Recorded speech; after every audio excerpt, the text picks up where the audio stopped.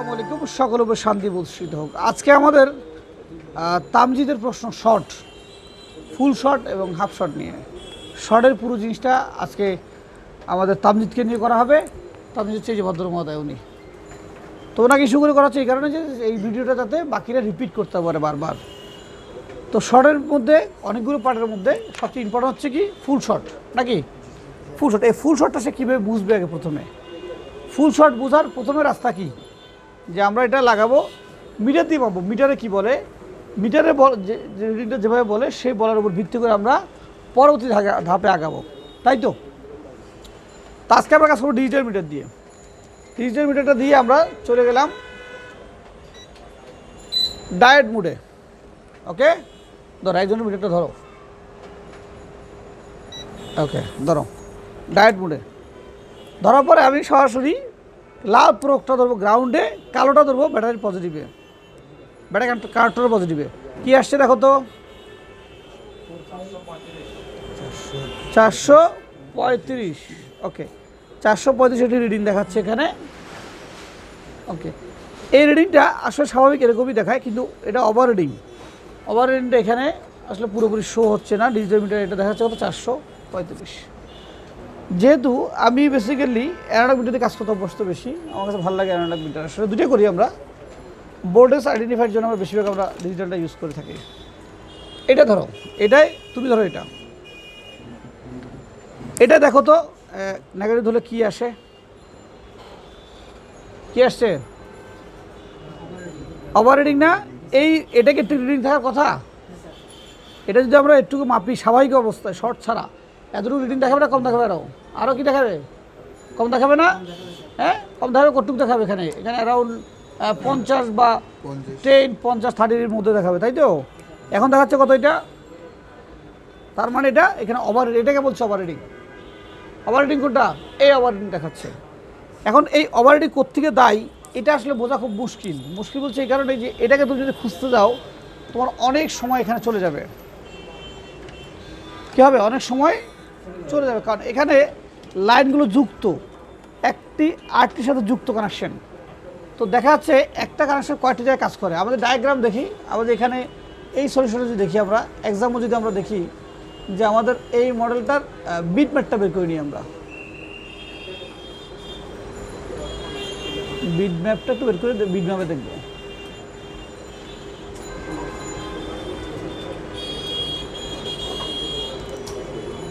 গভীর মনোযোগ থাকা চাই।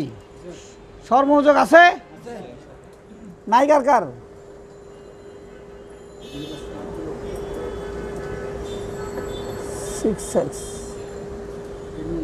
A2।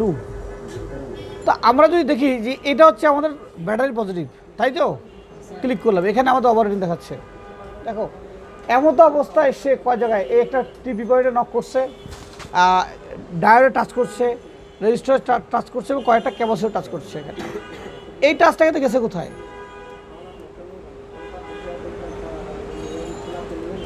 এটা আস্তে আস্তে একদম অপোজিটের পিএমআইসি পর্যন্ত আসছে। তার মানে আমার এই রিডিংটা যদি ওভার হয় এখন, তাহলে কয় জায়গা হবে? কয় জায়গা হবে? ব্যাটারি কানেক্টরও হবে, পাশে কম্পোনেন্টগুলো তো হয়ে আসছে পর্যন্ত আইসি পর্যন্ত। তাহলে আমি হুট করে বুঝতেছি না আমি। এবার এই আইসিটা ফিল্টার করার পরে আরও বিভিন্ন জায়গায় গেছে না, তো এটা হুট করে বুঝবো না আমরা। কাজে আমরা এখন কী করবো? আমরা এখন 4.1 রেখে আমরা ব্যাটারি পজিটিভ লাগাবো। এটা দিকে দেখা যাচ্ছে, কোথায় লাগাবো? আমরা ব্যাটারির পজিটিভে লাগাবো। তুমি একটু দেখো তো আমি যদি রিডিং দেখাচ্ছে কিনা। দেখাচ্ছে কত? 375। যেহেতু 5 অ্যাম্পিয়ার মার্স হবে, এই জন্য বেশি দেখাচ্ছে এটাতে 375। সেটা তো গরম হচ্ছে, এমন তো অবস্থা গরম হচ্ছে এটা। সো গরমটা কোথায় ছুটে দেখবো আমরা। আবার লাগাবো, আমার কাছে ফিরে হচ্ছে এই জায়গাটা গরম হচ্ছে, যেখানে পাওয়ার লাইন প্রবেশ করছে পিএমআই সেখানে গরম হচ্ছে। আবার টুকু চেক করবো,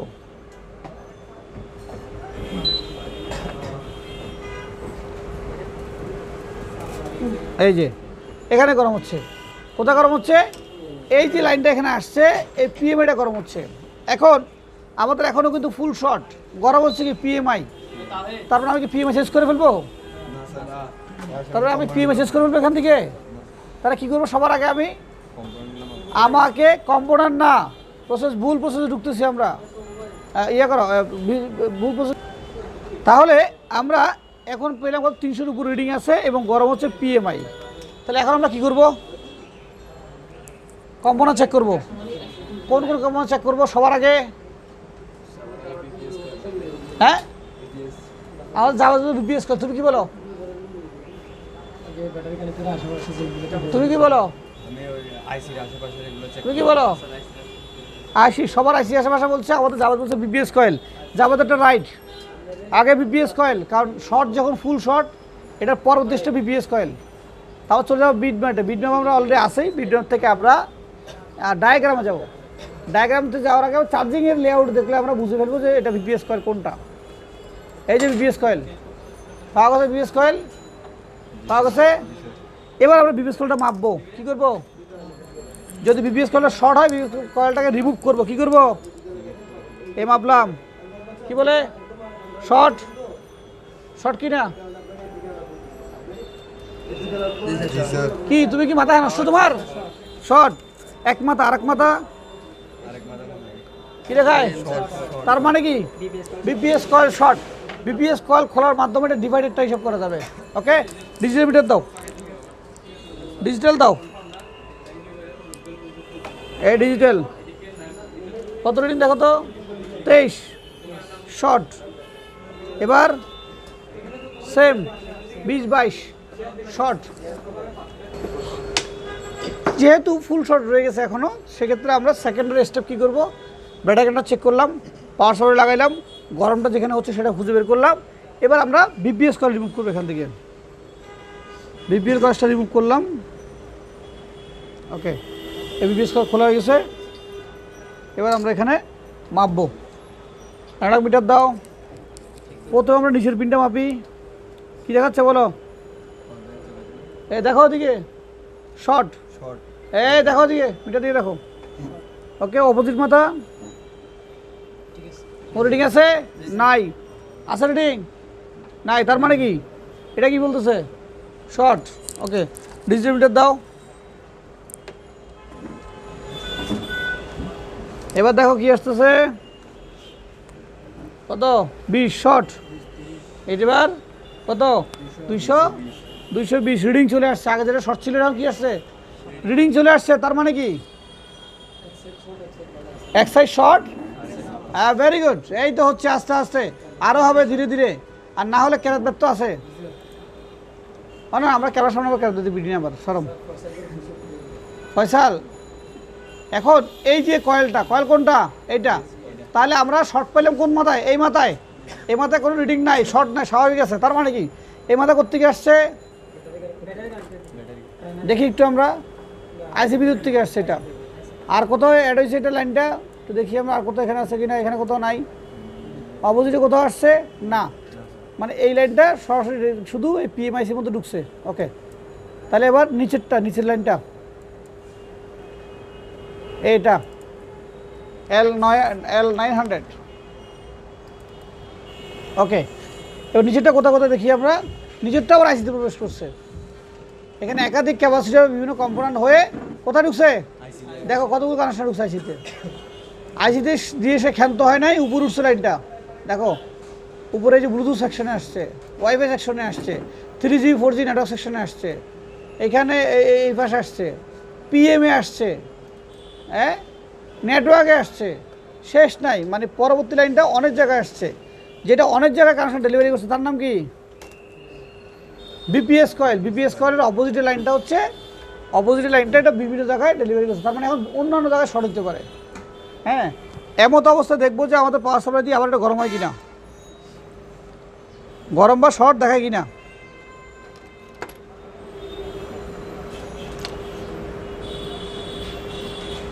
হ্যাঁ দেখো তো এবার কত গরম দেখাচ্ছে। এবার এখনও কি দেখাচ্ছে? হ্যাঁ, গুড। এবার কত গরম হচ্ছে দেখি তো। হ্যাঁ, এখন এই যে আইসিটা গরম হচ্ছে। মজা বিষয় হচ্ছে আগের চেয়ে বেশি গরম হচ্ছে এখন, কারণ যেহেতু বিপিএস কয়েল নাই, সেটা আর কী করে নাই, লাইনটাকে এখন ডাইরেক্ট আইসি গরম হচ্ছে। এটা এই যে ডাইরেক্ট আইসি গরম হচ্ছে। তাহলে আইসিটাকে একটু গোলা করি আমরা।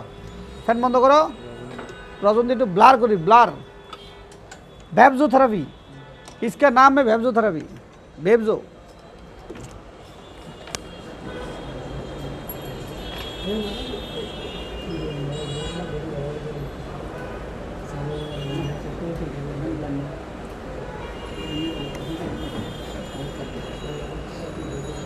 ওকে, তাহলে এবার আমরা এটাকে স্পার্ক করব কাঙ্ক্ষিত বিপিএস কলেজ যে লাইনটা শর্ট বলতো সেই লাইনে স্পার্ক করবো ওটা আমরা।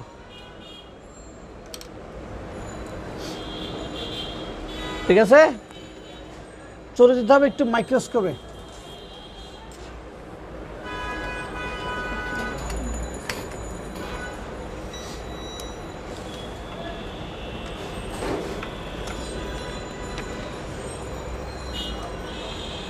দেখা যাচ্ছে? তাহলে আমরা এখন স্পার্ক করবো এইখানে, এই জায়গাটায়, যেহেতু শর্টটা ওইখানে দেখবো আইসি গরম হয়। যদি আইসি গরম হয় তাহলে আমাদের আইসি শর্ট, আইসি দায়ী। ঠিক আছে, আমি লাগাচ্ছি।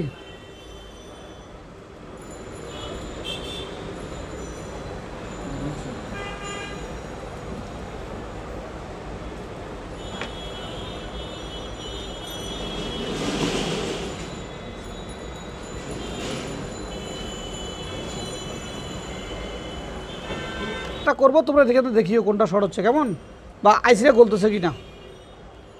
আমি ধরতেছি, হ্যাঁ, এই রেডি, ধরলাম।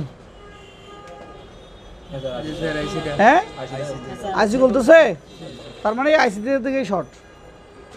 এই আইসি রিমুভ করলেই শর্টটা চলে যাবে, বা কোনো কারণে আইসিটা ড্যামেজ হয়ে গেছে, এই আইসিটা চেঞ্জ করলে আমাদের প্রবলেম সলভ। বিষয়টা বোঝা গেল? তাহলে আমরা কি পাইলাম, যে যদি এর ধরনের শর্ট, ফুল শর্ট পাওয়া যায়, সবার প্রথম আমাদেরকে ব্যাটারিটা চেক করব, এরপরে কোন জায়গাটা গরম হয় দেখব, গরম হওয়ার পর সেখানে বিপিএস কয়েল থাকে, বিপিএস কয়েলটা রিমুভ করব, রিমুভ করার পর দেখবো যে কোন প্রান্ত শর্ট, আইসির প্রান্ত শর্ট না অন্য প্রান্ত শর্ট।